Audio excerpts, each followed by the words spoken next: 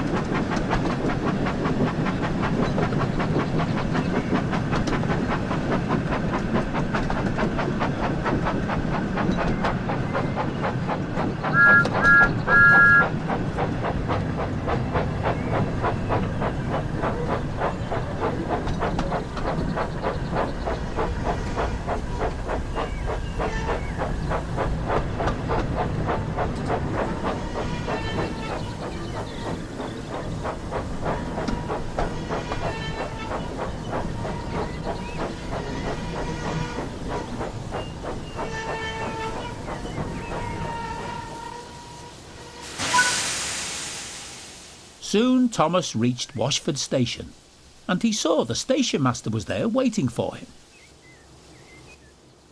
"Hello, Thomas.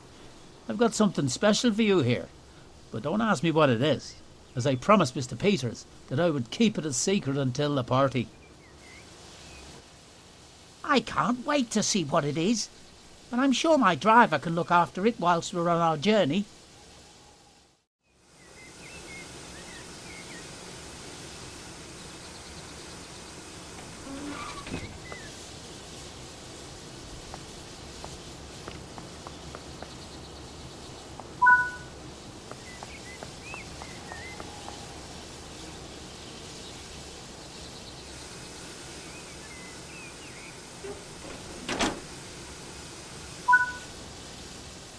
Now we need to keep looking for Diesel. He must be around here somewhere. If you're looking for Diesel, I saw him over in the sidings, although he looked to be a little upset and was in quite a hurry. Come on, driver. Let's take a look and see if he's still there.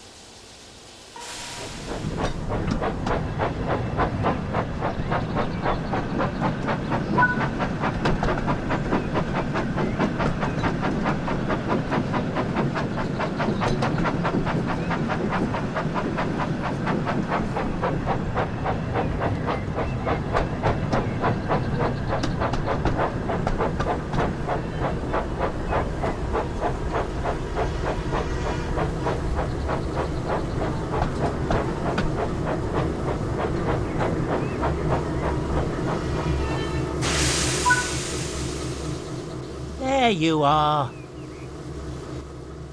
Diesel, what are you doing hiding there? You're supposed to be at the party delivering all of the supplies. "I know, Thomas," said Diesel unhappily, "but I can't let Sir Topham Hatt find out what happened. It wasn't even my fault anyway." Why? What happened? asked Thomas. Well, the trucks were singing and being troublesome, and I tried to make them stop, so Oh, actually, I think maybe it was my fault. I got annoyed, so I bumped the trucks to make them stop, and I think I bumped them too hard, because I ended up breaking all the plates needed for the party. Thomas listened carefully. He could see how upset Diesel was, and how troublesome trucks could be. So he knew that the broken plates were not all Diesel's fault. Never mind, Diesel, said Thomas kindly. After all, they're only plates, and they can't all be broken. Besides, we still have a special party to go to. Diesel looked at Thomas and smiled. "Thank you, Thomas," he said. So Thomas coupled up to Diesel, and the two engines travelled to the party together.